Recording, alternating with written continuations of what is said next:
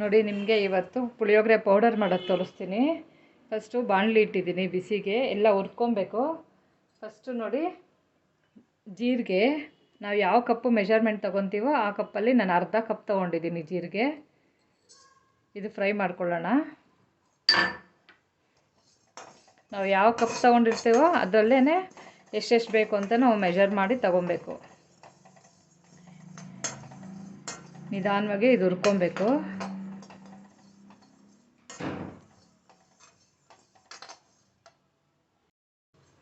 ನೋಡಿ ಜೀರಿಗೆದು ಸ್ಮೆಲ್ ಬರ್ತಾ ಇದೆ, ಚಿಟ ಚಿಟ ಅಂತ ಇದೆ ನೋಡಿ. ಈಗ ಅದು ಫ್ರೈ ಆಗಿದೆ ಅಂತ ಈಗ ನಾವು ಒಂದು ಪ್ಲೇಟಲ್ಲಿ ತೆಗೆದಿಟ್ಕೊಳ್ಳೋಣ. ಇದು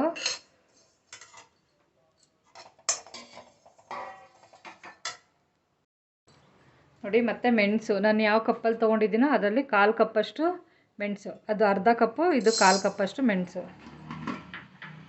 ಇದು ಹಂಗೆ ಫ್ರೈ ಮಾಡ್ಕೊಬೇಕು.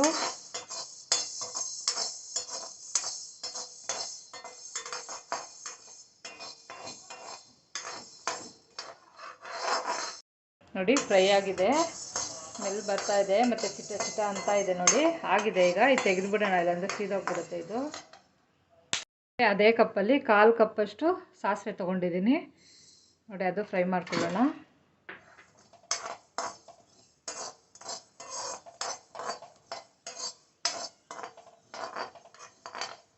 ಇದು ಕಮ್ಮಿ ಊರಿನಲ್ಲೇ ಹುರ್ಕೊಬೇಕು ನಾವು, ಬೇಗ ಫ್ರೈ ಆಗೋಗುತ್ತೆ ನೋಡಿ. ಅಷ್ಟು ಬೇಗ ಆಗೋಯ್ತು. ಚಿಟ ಚಿಟ ಅಂತ ಇದೆ ನೋಡಿ, ಸಾಕು. ಇದನ್ನು ತೆಗೆದು ತಟ್ಟೆಗೆ ಹಾಕ್ಕೊಳ್ಳೋಣ. 1-2 ಸ್ಪೂನಷ್ಟು ಮೆಂತ್ಯ, 1/4 ಕಪ್ಗಿನ್ನ ಇನ್ನೂ ಕಮ್ಮಿನೇ. ಮೆಂತ್ಯ ಜಾಸ್ತಿ ಹಾಕಿದಷ್ಟು ಕಸರೆ ಬಂದುಬಿಡುತ್ತೆ ನೋಡಿ. ಇಷ್ಟು ಸಾಕು.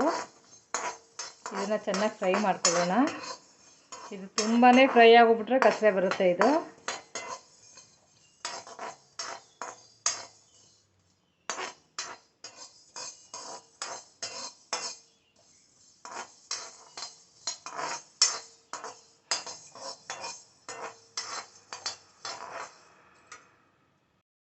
ನೋಡಿ ಇಷ್ಟು ಸಾಕು, ಆಗಿದೆ. ಈಗ ತೆಗೆದುಬಿಟ್ಟು ತಟ್ಕೊಂಡಿದ್ದೀನೋ ಆ ಕಪ್ಪಲ್ಲಿ 1 ಕಪ್ಪು ಧನಿಯಾ. ಇದು ಚೆನ್ನಾಗಿ ಫ್ರೈ ಮಾಡ್ಕೊಬೇಕು.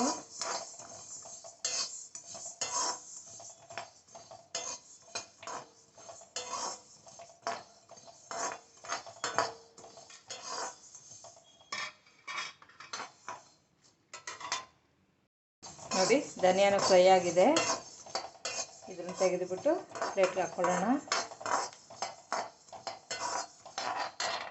ಮೀಡಿಯಮ್ ಫ್ಲೇಮಲ್ಲೇ ಇಟ್ಕೊಬೇಕು, ಇಲ್ಲಾಂದರೆ ಎಲ್ಲನೂ ಕಲರೇ ಚೇಂಜ್ ಆಗೋಗ್ಬಿಡುತ್ತೆ. ಈಗ ನೋಡಿ 1 ಕಪ್ಪಷ್ಟು, 1 ಕಟ್ಟಷ್ಟು ಕರಿಬೇವು. ಇದು ಫ್ರೈ ಮಾಡ್ಕೊಳ್ಳೋಣ. ನಾನು ತೊಳೆದು ಚೆನ್ನಾಗಿ ನೀರೆಲ್ಲ ಒಣಗಿಸ್ಬಿಟ್ಟು ಫ್ರೈ ಮಾಡ್ತಾಯಿದ್ದೀನಿ. ಇದು ಚೆನ್ನಾಗಿ ಫ್ರೈ ಆಗಬೇಕು ನೋಡಿ. ಕರಿಬೇವನ್ನು ಫ್ರೈ ಆಗಿದೆ, ಇದು ತೆಗ್ದಿಡೋಣ. ನೋಡಿ 10 ಗುಂಟೂರು ಮೆಣಸಿನ್ಕಾಯಿ ತೊಗೊಂಡಿದ್ದೀನಿ. ಇದನ್ನು ಸ್ವಲ್ಪ ಎಣ್ಣೆ ಹಾಕ್ಬಿಟ್ಟು ಫ್ರೈ ಮಾಡೋಣ, ಘಾಟ್ ಬರೋದಿಲ್ಲ ಅದಕ್ಕೆ. ಇದ್ರ ಜೊತೆಗೆ 200 ಗ್ರಾಮ್ ಅಷ್ಟು ಬೇಡಿಗೆ ಮೆಣಸಿನ್ಕಾಯಿ. ಸ್ವಲ್ಪ ಎಣ್ಣೆ ಹಾಕಿದ್ರೆ ಘಾಟ್ ಬರೋದಿಲ್ಲ, ಅದಕ್ಕೆ ಸ್ವಲ್ಪ ಎಣ್ಣೆ ಹಾಕ್ತೀನಿ, 1 ಸ್ಪೂನಷ್ಟು. ಇದನ್ನು ಲೋ ಫ್ಲೇಮಲ್ಲೇ ಫ್ರೈ ಮಾಡ್ಕೊಳ್ಳೋಣ.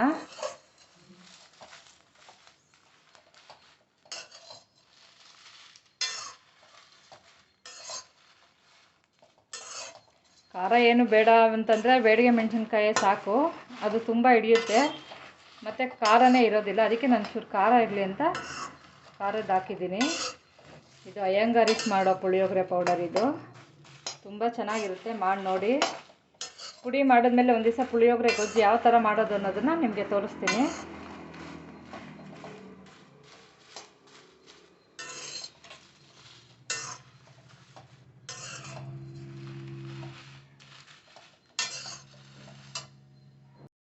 ನೋಡಿ ಮೆಣಸಿನ್ಕಾಯಿ ಫ್ರೈ ಆಗಿದೆ. ನಾನು ಇದನ್ನು ತೆಗಿತೀನಿ, ತೆಗೆದು ಪ್ಲೇಟ್ಗೆ ಹಾಕ್ತೀನಿ.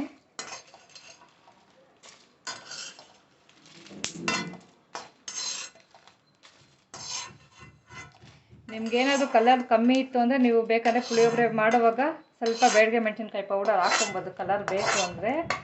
ಇಲ್ಲಾಂದರೆ ಸಾಕು, ಇದೇ ತುಂಬ ಕಲರ್ ಬರುತ್ತೆ. ಈಗ ನೋಡಿ, ನಾನು ಇಷ್ಟು ಸ್ವಲ್ಪ ಇಂಗು ಹಾಕ್ಕೊಳ್ತಾ ಇದ್ದೀನಿ. ಇದನ್ನು ಫ್ರೈ ಮಾಡ್ಕೊಳ್ತೀನಿ ನಾನು.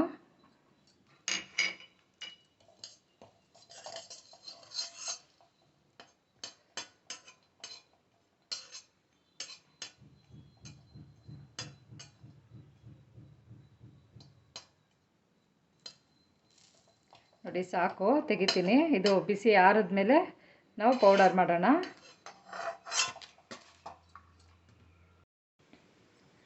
ನೋಡಿ ಪುಳಿಯೋಗರೆ ಪೌಡರ್ ರೆಡಿಯಾಗಿದೆ.